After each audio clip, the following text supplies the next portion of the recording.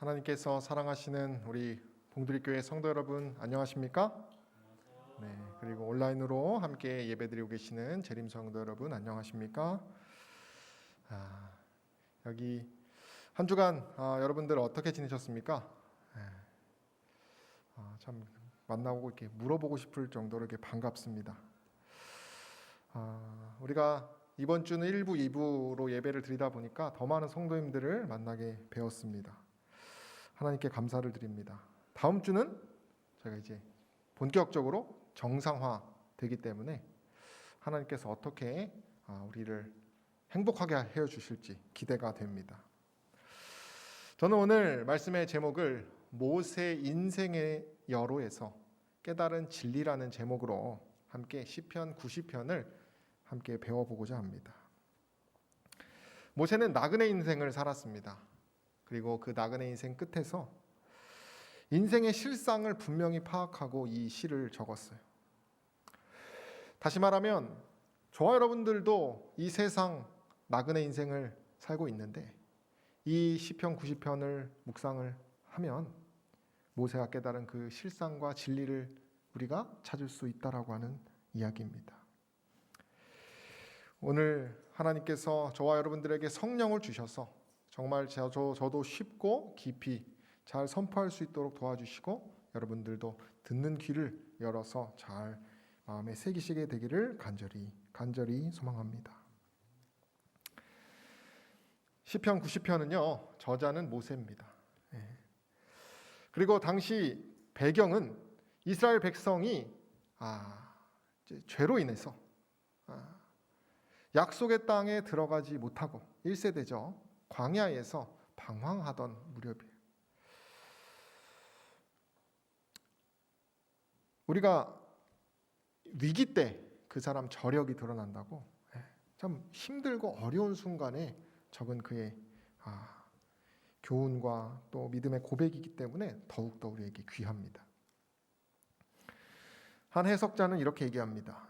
허다한 곤고와 징계를 많이 경험하고 아픈 상처를 딛고 일어서서 하나님의 영원성과 초자연성을 고백하며 하나님의 은총을 간구하는 겸허한 탄원의 기도다라고 말해요. 한 신학자는 인간 작품 중 최고의 걸작품이 이 시편 90편이라고 그랬습니다.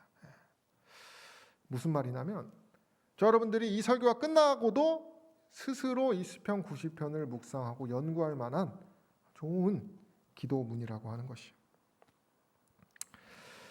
우리가 함께 살펴보려고 하는데요. 첫 구절에 모세가 어떻게 함축적으로 말한 것 같아요. 저는 이게. 저도 이제 몇 주간 이 시편 90편을 읽으면서 많은 감동을 받았는데 이 처음에 거처가 되는 분, 이것은 이제 거주하는 장소를 말합니다. 주님은 우리가 집이 최고야 이런 말을 종종 합니다. 그죠? 이럴 때 집이 뭐예요? 어떤 모델하우스와 같은 외형적인 화려한 집이 아니라 그 집 안에서 쉬고 관계 맺어서 사랑을 얻는 그러한 평안함, 안정감, 어떤 그런 거잖아요. 우리가 어머니를 만날 때, 그죠? 저도 저희 어머니가 한 달에 한 번씩 오시고 또 장모님도 한 달에 한 번씩 오시는 복받은 사람인데 그 어머니들이 저희를 긍휼히 여기고 저희를 돌보고 저희 대신 일하고 희생하는 그런 모습으로 우리가 뭐예요? 은혜에 젖어서 감사하고 힘을 얻잖아요. 회복하고. 그는 그 광야 생활 가운데 나그네 생활 가운데 그러한 거처가 되시는 분이 바로 우리 주다 이렇게 얘기했다는 것이. 하나님이 계시는 거처의 속성들이 성경에는 등장을 하는데요. 이게 이제 나열된 거를 좀 제가 가져왔는데, 그러니까 우리가 하나님이 모세가 이 거처가 된다는 건 물론 제가 이제 이렇게 이제 예상을 하고 말씀드렸지만 성경에는 분명하게 뭐라고 하냐면 성결한 것. 그러니까 하나님이 거처가 되신 곳에 우리가 있으면 성결해지는 것이에요.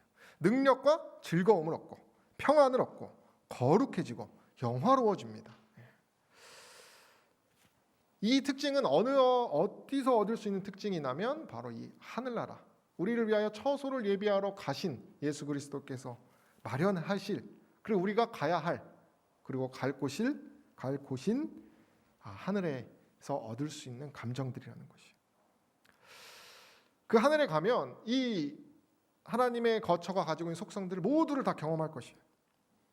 그리고 모세는 이 하늘에서 얻는 그 즐거움과 그 어떤 그 깨달음을 이 땅에서 얻었기 때문에 저와 여러분들도 이 말은 뭐냐? 이 말씀을 우리가 묵상하노라면 그런 것들을 인생에서 경험하여서 맛을 볼 수 있다라고 하는 이야기예요. 본격적으로 보면 모세는 2절부터 아주 특별한 선언을 하는데요. 산이 생기기 전 땅과 세계도 주께서 조성하시기 전 곧 영원부터 영원까지 계시는 하나님에 대해서 얘기를 합니다. 4절에는요. 3절 못한데 주의 목전에는 천년이 지나간 어제 같으며 천년이 하루와 같은 그 하루의 밤의 한 부분과 같을 뿐인 그런 주님의 절대적인 것에 대해서 그가 고백을 합니다.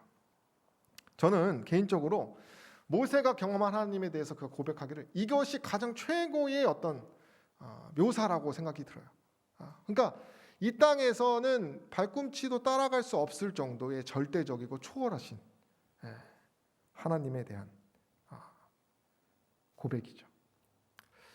이게 생기기 전에도 계시고 영원부터 영원까지 계시고 시간을 초월하고 공간을 초월한 하나님에 대해서 신학적으로는 무소부재라고 하는데요. 성경에는요 하나님의 처소의 장소를 여러 개 설명하는데 이게 다음과 같은 것들입니다. 산에도 하나님이 계십니다. 하늘에도 계셔요. 성전, 우리 여기 있는 곳에도 있어요. 하늘의 시온에도 있고요. 장막, 이스라엘 족속의 성도에게도 있습니다. 여기서 재밌게 볼 것은 6번과 7번 이스라엘 족속 중에 우리의 공동체 중에도 하나님이 계시고 7번은 성도 자체에도 계셔요. 무슨 말이냐? 우리들 마음에도 하나님이 계시는 것이라는 거예요. 우리는 느낄 수 없지만 하나님이 우리 안에 우리의 심령, 우리가 산 성전이잖아요. 우리 내면에. 여기 보면 에베소서 2장 22절에 보면 건물마다 주 안에서 성전이 되어가고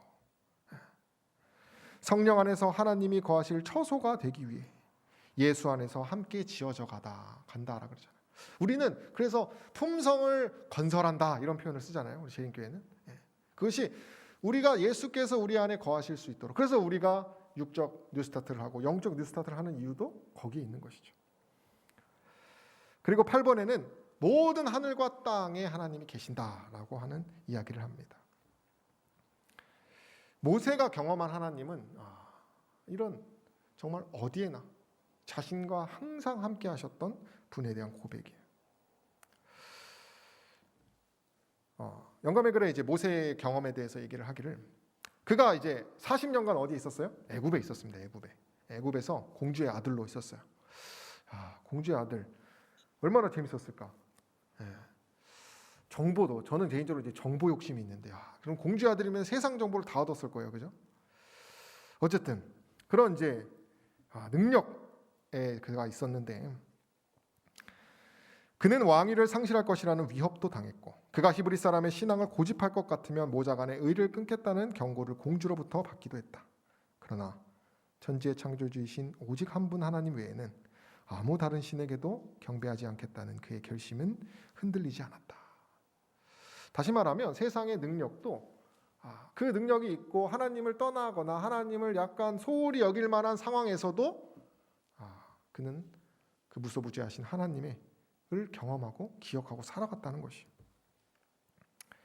우리가 뭐 세상에 속해서 사는 것이 꼭 나쁜 것은 아니지만 우리가 때때로 하나님을 멀게 하게 만드는 것들이 참 있잖아요, 그죠? 세상에서 얻는 그런 순간에도 우리가 기억해야 한다는 거예요. 그 상황에서도 하나님이 우리와 함께 하신다는 거예요. 그래서 우리는 이런 태도가 필요합니다. 지금 내가 하고 있는 것에 주께서 있는가? 심지어 선행을 할 때도 말이에요. 우리가 신앙 생활을 할 때도 이 행동이 예수 안에서 하는 행동인가? 아니면 내 뜻을 하나님 뜻이라고 억지로 밀어붙이면서 하고 있지는 않은가. 모세는 항상 그렇게 두려운 마음으로 뜻을 정하여 살았다는 것이. 그래서 모세가 깨달은 진리 중에 하나는 바로 이 정말 초월하신 분, 절대적인, 이걸 이제 지존이라고 표현하더라고요. 이런 하나님에 대해서. 그러니까 그가 깨달은 진리 중에 하나는 바로 이 지존하신 하나님에 대한 고백입니다. 그러니까 저와 여러분들이 삶에서 이 나의 하나님에 대하여 분명히 고백할 수 있어야 돼요.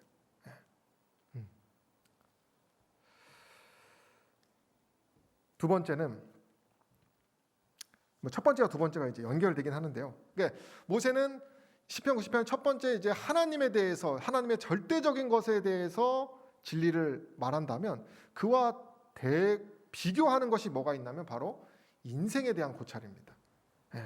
하나님에 대해서 고찰을 깊이해서 그가 썼어요. 한 4절까지. 그 다음 5절부터는 인생이 어떤지에 대해서 썼는데 여기 노란 글씨로 아침에 돋는 풀이라는 표현이 있어요. 6절에 풀은 아침에 꽃이 피어 자라다가 저녁에는 벤바 되어 마르나이다. 벤다는 게 뭐예요? 죽는 거잖아요. 말라버리잖아요. 이런 게 있을까요? 이런 풀이? 자, 이제 보면서 팔레스틴의 이제 봄비와 겨울비, 이제 비가 내릴 때 풀들이 그때 막 자랄 때가 있대요. 자라다가 사막 그 바람을 맞으면 바로 그날 말라버린답니다. 저녁에. 아마 모세가 그 광야 생활을 했기 때문에 그러한 실물 교훈을 본 것이죠. 쉽게 말하면 뭐예요? 절대적인 하나님과 비교되는 아주 나약하고 어리석고 무상한 허무한 인생에 대해서, 그것이 또 하나의 인생의 실상이라고 그가 말하고 있는 것입니다. 우리가 이렇게 풀처럼 없어져 버리는 인간인데, 우리가 세상을 살면 누구를 더 두려워합니까? 하나님을 더 두려워합니까? 사람을 더 두려워합니까? 이상하게 사람 눈치를 더 보는 것 같아요. 이상한 그 마음의 그 자연스러운 게 눈에 보이는 것부터 하다 보니까. 그래서 때론 타협하기도 하고 스스로를 속이기도 하는데, 인간의 어떤 나도 마찬가지죠. 나의 어떤 능력이나 나의 생각, 그것 자체도 의지할 만한 것이 못 된다라고 하는 얘기를 하고 있는 것이에요. 10절에 보면 이제 아무리 많이 살아봤자 80, 지금은 100살 정도 되겠죠. 그렇게밖에 되지 않으며 자랑은 수고와 슬픔뿐이다 이렇게 말합니다. 근데 여기서 자랑은 딱 한 번 나오는데, 저는 이걸 보면서 세상에 자랑할 것은 거의 없구나. 자랑하면 안 되는구나. 이 자랑이라는 것이 쓸모가 없는 것이 인간의 자랑이라는 것은. 그리고 뭐가 훨씬 많냐면 수고와 슬픔이 훨씬 많다라고 말합니다.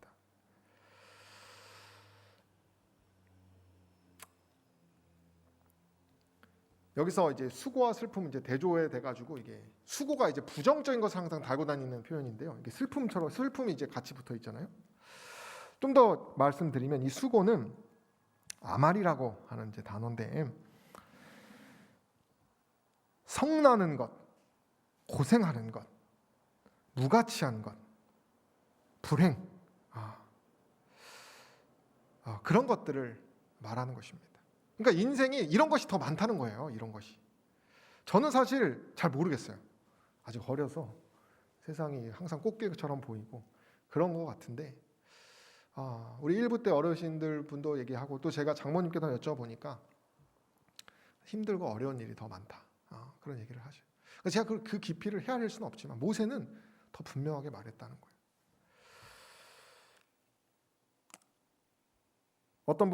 어떤 목사님이 지금까지 우리 성도님이 살아온 인생을 똑같이 토시도 안 틀리고 똑같이 산다면 사시겠습니까? 라고 물어봤대요. 산다고 했을까요? 안 산다고 그랬을까요? 만약에 그것이 너무 즐거웠으면 다시 산다고 했을 텐데 왜 똑같이 사냐고 그러시더라고요. 인생이란 것이 그랬다는 거예요. 그렇게 자랑할 것이 없다는 것이죠. 여기 보면 뿐만 아니라 신속히 간다, 날아간다, 쏜살 같다고 하는 표현이죠. 얼마 넘으면 신속히 갈 정도가 아니라 날아갈 정도로 세월이 빠르다는 거예요. 세월이 빠르다는 거예요. 어떤 은퇴하신 목사님 은퇴하면서 정말 세월이 너무 빨리 갔다고 이런 얘기 하셨는데, 더 은퇴하신 목사님이 두고 보라고 더 빨리 간다고 그런 말 하셨다고 해요. 제가 옆에서 그걸 들었는데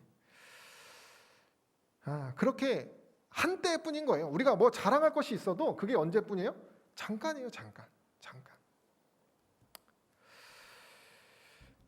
근데 사실 여기 보면 참 이게 비관적으로 모세가 말하는 것처럼 들립니다. 그래서 우울해져요. 약간. 저도 이걸 지금은 제가 이제 정리해가지고 이렇게 어떻게든 이제 쉽게 하려고 설명하지만, 이것을 한 단어 이제 묵상하고 음미하고 이렇게 생각하면 우울해집니다. 우울해져. 우리가 해서 뭐 하나? 뭐 다 의미가 없어지고 말이에요. 근데 그런 비관을 말하는 것이 아니라, 너가 만약에 지금 자랑하고 있으면 그거 아니라고 말하는 거예요. 인상이 실상은. 그런 자랑할 만한 것이 못 된다라고 말하는 것이고, 인간은 의지할 수밖에 없는 존재라는 것을 너 깨달아야 된다라고 말하는 거예요. 그게 진리라고 말하는 것입니다. 근데 어려운 거예요, 사실 이게. 이거를 머리로는 알죠, 그죠? 우리가 머리로 왜 모릅니까? 그러나 이것을 경험하고 이것을 이해하는 것은 하나님 섭리 안에서밖에 할 수 없기 때문에. 근데 모세는 그것을 깨달았다는 것이죠. 그래서 저와 여러분들도 다시금 이 모세가 깨달은 진리에 대해서 고찰해 보시게 되기를 바랍니다. 그리고 7절부터는 더 이제 슬픈 이야기를 해요. 인간이 얼마나 인생의 실상이 얼마나 덧없은지. 그러면서 이제 뭘 말하냐면 주님의 노하심, 분노하심에 대해서 얘기를 하는데, 여기 보면 놀란다라는 표현 있잖아요. 놀란다. 이 표현은 이제 모세가 어떤 놀라는 경험을 했냐면 홍해 기적을 경험했습니다. 그죠? 그래서 이 홍해 기적에서 누가 다 몰살당했어요? 악인들, 그죠? 이스라엘 백성들 괴롭히던 사람들. 이 소문이 열방에 퍼졌어요. 그래서 출애굽기에는 에돔인들도 이것에 놀라가지고, 그러니까 하나님의 심판은 심판 앞에서는 다 놀랄 수밖에 없는 거예요. 두려워할 수밖에 없는 거죠.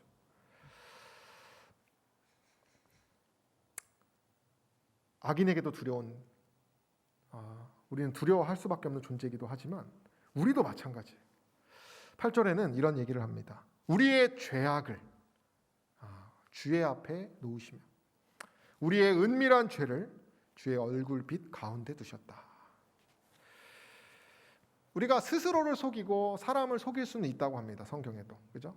우리가 은밀한 죄들, 우리의 죄들을 흔히 속여가지고 우리의 이득을 취하고 우리가 원하는 것을 얻고, 그것이 인간의 자연스러운 본성인데, 그 우리가 했던 은밀한 죄, 하나님 앞에서밖에 고백할 수밖에 없는 죄들이 뭐 한다는 거예요? 주님 앞에 완전히 드러난다는 거예요. 여러분, 만약 우리의 죄가 완전히 드러나가지고 우리 성도님들이 그걸 다 봐, 한 올도 빠짐없이, 그럼 우리의 마음이 어떻습니까? 너무 초라해질 거예요.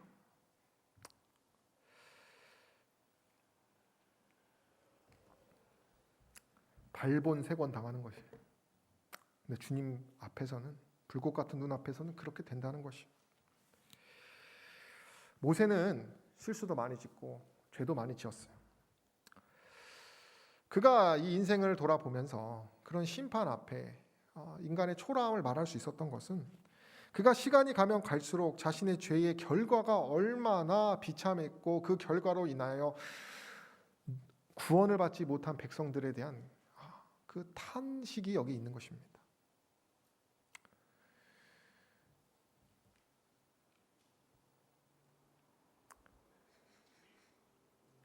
여기 우리의 죄악, 이런 표현은요, 우리가 짓는 죄뿐만 아니라 죄가 가지고 오는 열매도 포함됩니다.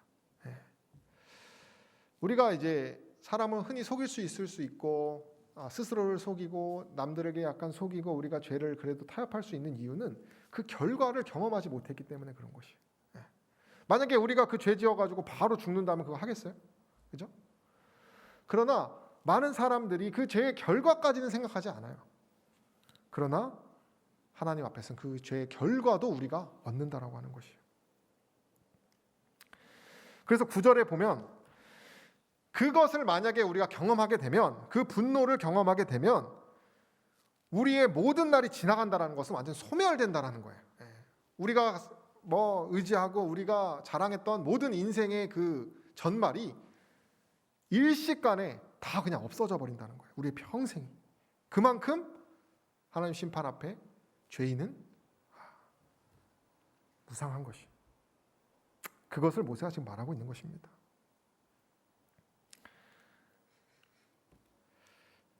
민수기 32장 23절에는 이런 표현이 있어요. 너희 죄가 반드시 너희를 찾아낼 줄 알라.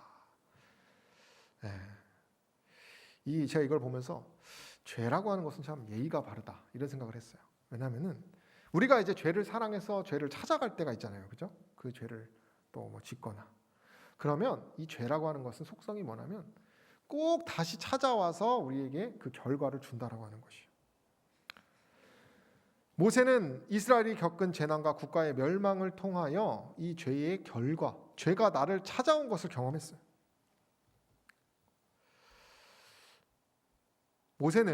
왜 모세가 굳이 이렇게 너무 우리가 피하고 싶은 현실을 그대로 낱낱이 드러낸 이유는 뭐냐면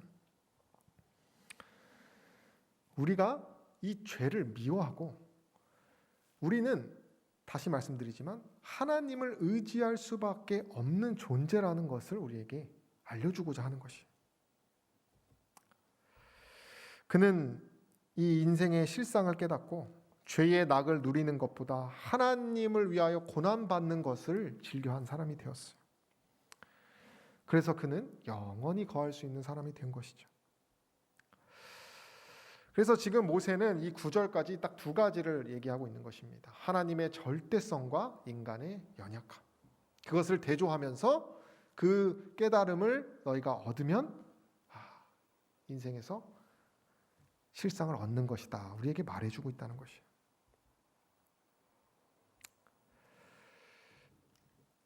그리고 이제 11절에 보면 이제 모세가 그런 얘기를 다 하고요. 이제 탄식을 하는데 누가 주의 노의 능력을 알며 누가 주를 두려워하여 할 대로 주의 진노를 알리까? 라고 하면서 주님의 노의 능력과 주의 진노를 누가 온전히 알리오 하면서 얘기를 해요.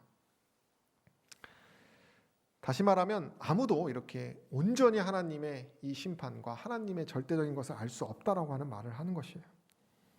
그러나 모세는 어느 정도 이 분의 능력과 그분의 노에 대해서 시편 90편에 고백을 했는데 제가 이것을 이렇게 보면서 모세는 어떻게 알 수 있었을까? 모세는 좀 알았던 것 같은데 이런 이제 고민을 하면서 이렇게 훑어보다가 이제 12절에 그 힌트를 딱 얻게 되었는데 그게 뭐냐면 그가 지혜의 마음을 얻게 해달라고 하는 구절이 있었다는 거예요.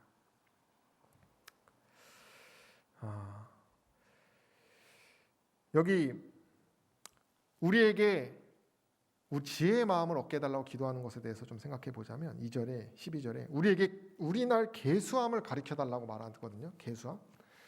근데 뭔가 이렇게 계수하는 것은요. 하나님께서 별을 계수하시는 분이고 아브라함의 자손을 계수하시고 우리의 머리털을 세심받으시고 이 계수하신다고 하는 것은 하나님의 특권을 얘기하는 것입니다. 하나님의 것을. 그래서 이 하나님 것을 가르쳐서 지혜의 마음을 얻게 해달라고 하는 거예요. 그러니까 이 지혜의 마음은 인간이 할 수 없고 오직 간구할 때 얻을 수 있는 지혜라는 것이죠.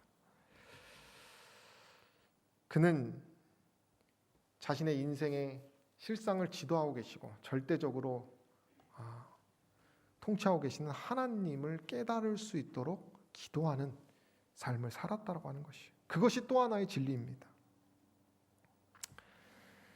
그래서 한 신학자는 이 시의 가장 중요한 성구가 바로 이 12절이다 이렇게 얘기했어요. 그래서 무상한 인생과 절대적이고 영원하신 하나님 사이의 연결고리가 되는 것이 바로 이 지혜의 마음을 얻게 해달라고 하는 기도다라고 표현했어요. 또 다른 말로 영혼의 산소를 공급받는 호흡기와 같은 것이 바로 이 12절이다 이렇게 얘기를 했어요. 여기서 우리가 알아야 될 것은 이 기도는요, 어떤 하나님의 초월하신 기적을 통해서 나의 바램을 이루어 달라고 하는 기도가 아니라, 나의 어떤 바램을 이루는 기도가 아니라 내 상황을 그대로 깨달을 수 있는 하나님의 뜻이 무엇인지를 깨달을 수 있는 기도를 한다는 것이에요. 단지 하나님의 뜻을 지금 내 상황에서 이 지혜로 분별할 수 있게 하는, 그것을 달라고 하는 기도라는 거예요. 답은 이거 하나뿐입니다. 저와 여러분들도 이 지혜를 달라고 기도해야 되는 것이에요. 만족하는 것, 기뻐하는 것, 어떤 일에서 성공하는 것 모두는 다 여기서 이 지혜의 마음을 우리가 얻을 때 비로소 얻을 수 있는 것이라는 거예요. 영감의 글에는 모세의 태도에 대해서 이렇게 얘기합니다. 모세는 자신의 무가치함과 하나님이 그를 부르신 위대한 사업의 부적합함을 깊이 깨닫는다. 모세는 40년간 애굽에서 교육을 받았고요. 40년간은 양을 치면서 이름도 없이 빛도 없이 지냈어요. 그리고서 그가 많이 깨달았을 거야. 정말 나라는 그가 얼마나 자랑할 것이 많았겠습니까? 공주의 아들인데. 그러나 자신의 무가치함을 온전히 깨닫고 하나님이 부르실 때도 겸허하게 자신을 내려놓을 수 있었던 사람이에요. 만약에 그가 그냥 자신이 무가치하고 비관적으로 끝냈다라면 성경에 기록되지 않았을 것이에요. 그러나 그는 이 다음 말하는 것처럼 그는 여호와께서 그와 함께 가시도록 강렬한 열성으로 간구한다라고 그랬잖아요. 그죠? 그러니까 이 지혜의 마음을 얻게 해달라고 탄원하는 것처럼 그가 이 부족함 가운데도 하나님과의 연결고리를 견고하게 했다라고 하는 사실이에요. 우리가 이것을 알면, 우리가 이것을 실천하면 우리는 어떤 경우에도 흔들리지 않을 수 있다는 것을 기억하시게 되기를 간절히 소망합니다.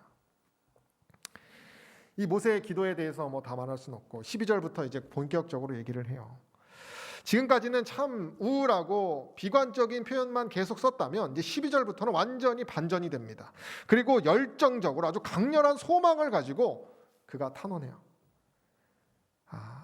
이 갑작스러운 반전은 그 지혜를 얻고 나서 했다, 이렇게 표현하는 사람도 있어요.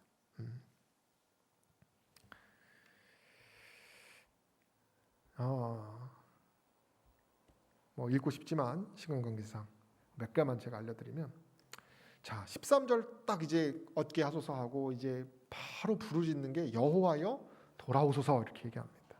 직접적으로 얘기해요. 이 돌아오는 것이 이 시편 90편에는 여러 번 말합니다. 성경에 여러 번 말한다는 것은 강조하는 거예요. 우리가 기억해야 한다는 것인데 3절에 보면 주께서 사람을 티끌로 돌아가게, 하나님께서는 우리를 티끌로 돌아가게 하실 수 있는 분이고 인생들은 돌아가라 이렇게 얘기합니다.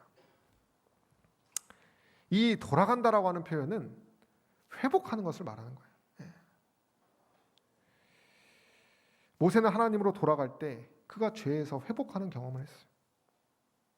그리고 이 돌아간다는 것은 성경에서 이제 회개하는 것을 말하는 것입니다. 회개하는 것. 여기 모세에 대해서 영감의 글은 말하기를 하나님의 백성의 인도자로서 자기의 경험을 회고하여 볼 때 그가 범한 한 번의 그릇된 행위는 그의 생애 기록에 5점을 남겼다. 만일 그 범죄 행위가 지워질 수 있다면 그는 죽음을 겁내지 않았을 것이라고 생각했다. 그가 얼마나 후회했으면 죽음도 불쌍하고 내가 그것을 없애버리고 싶다 이렇게 말했을까. 모세는 회개와 약속하신 희생제물이신 구세주에 대한 믿음이 하나님이 요구하신 전부임을 확신하고 다시 한번 그의 죄를 자복하고 예수의 이름으로 용서를 간구했다라고 말합니다. 회개한다라고 하는 것은요, 과정이 필요합니다. 먼저 죄를 깨닫고요. 그 다음에 이제 그 죄를 고백해야 합니다. 그리고 그 죄사함을 구합니다. 그리고 생활 방식을 바꿔요.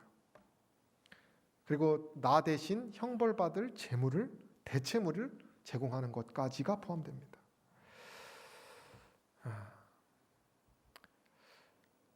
우리가 여기 인생이라는 표현을 이렇게 보고 있는데, 우리가 예수님께서 우리 인자가 되셨잖아요, 그죠? 인자가 사람의 아들이 사람이 되셨어요. 우리가 인생에 대해서 묵상하니까 어떻습니까? 우울해잖아요. 별로 허무하고. 그 길을 누가 걸으신 거예요? 절대적이신 예수께서 걸으신 거예요. 우리가 그것을 깊이 묵상하면 그분의 사랑을 깨달을 수밖에 없는 거예요. 아, 인생이란 것이 그렇게 허무한 것이고 덧없는 것이고 티끌로 돌아가는 것뿐이고 마르는 풀 같은 것인데 그 길을 누가 가신 거예요? 지존하신 예수께서 걸어갔다는 거예요. 그런 묵상을 통하여 모세는 다시 한번 자신의 죄를 자복하고 용서를 간구하고 대속물 되시는 어린 양 되시는 예수 그리스도를 묵상했다라고 하는 것이. 그러면서 모세는 말하기를 긍휼히 여기소서. 14절에 보면 아침에 주의 인자로 우리를 만족해 하사 우리 평생에 즐겁고 기쁘게 해달라고 기도합니다. 그분이 나를 회복시킬 유일할 분임을 인정하는 것이에요. 여기서 주라는 표현이 있는데 주는 주인을 말하는 것입니다. 근데 이 주인은 선한 주인이에요. 우리를, 그 종들을 돌보고 불쌍히 여기고 지켜주는 주인에 대한 표현입니다. 우리는 참 제한이 많고 죄도 많고 어리숙하고 어리석고 아는 줄 알고 착각하고 사는 불쌍한 존재인데, 이 모세의 그 모습을 보면서 우리가 그런 연약한 존재이지만 하나님의 지혜를 얻으면 그 하나님께서 우리를 긍휼히 여기셔서 하나님의 그 뜻을 헤아릴 수 있는 지혜의 성령을 주시면 우리는 어떻게 할 수 있다는 거예요? 만족하게 되고 평생에 즐겁고 기쁘는 그런 삶을 살 수 있다라고 하는 사실이에요. 이 성도를 쭉 보면요, 하나님의 영원에 대한 약속을 믿게 되고 희락과 평안을 누릴 수 있게 되고 하나님의 백성의 담대함은 담대해지고 그리고 후손들의 안녕에 대해서까지 염려하지 않을 수 있게 되는 그런 행복으로 들어간다는 것이. 모세는 그 참 죄 많은 그 광야 생활 나그네 인생에서 이 하나님, 정말 인자하신 하나님, 인자가 되신 하나님을 기억하고 산 사람이에요. 그의 책 민수기에 보면 여호와는 노하기를 더디하시고 인자가 많아 죄악과 과실을 사한다 이렇게 말했어요.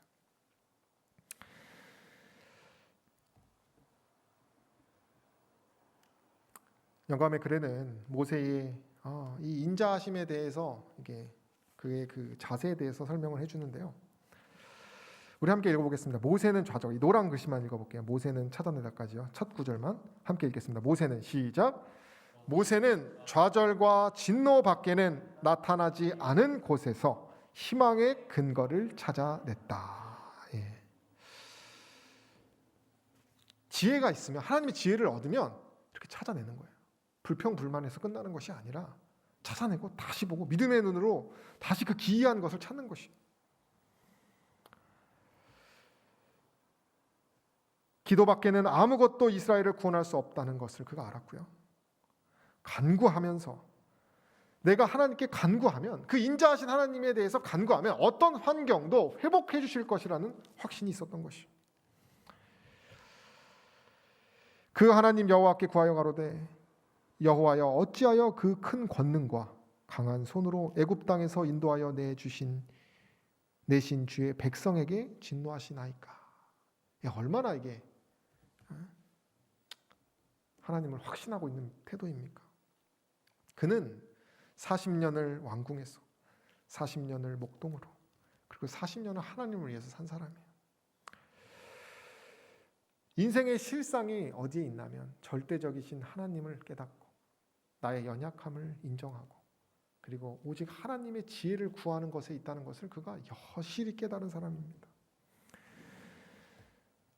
그는 그랬기 때문에 자신을 의롭게 하실 하나님에 대해서 이렇게 확신을 가졌기 때문에 하나님께서 막 따지듯이 정말 통곡하면서 하나님을 어떻게 구원 안 해줄 수 있냐고 그렇게 말할 수 있었던, 하나님과 그런 관계를 맺었던 사람이라는 것이.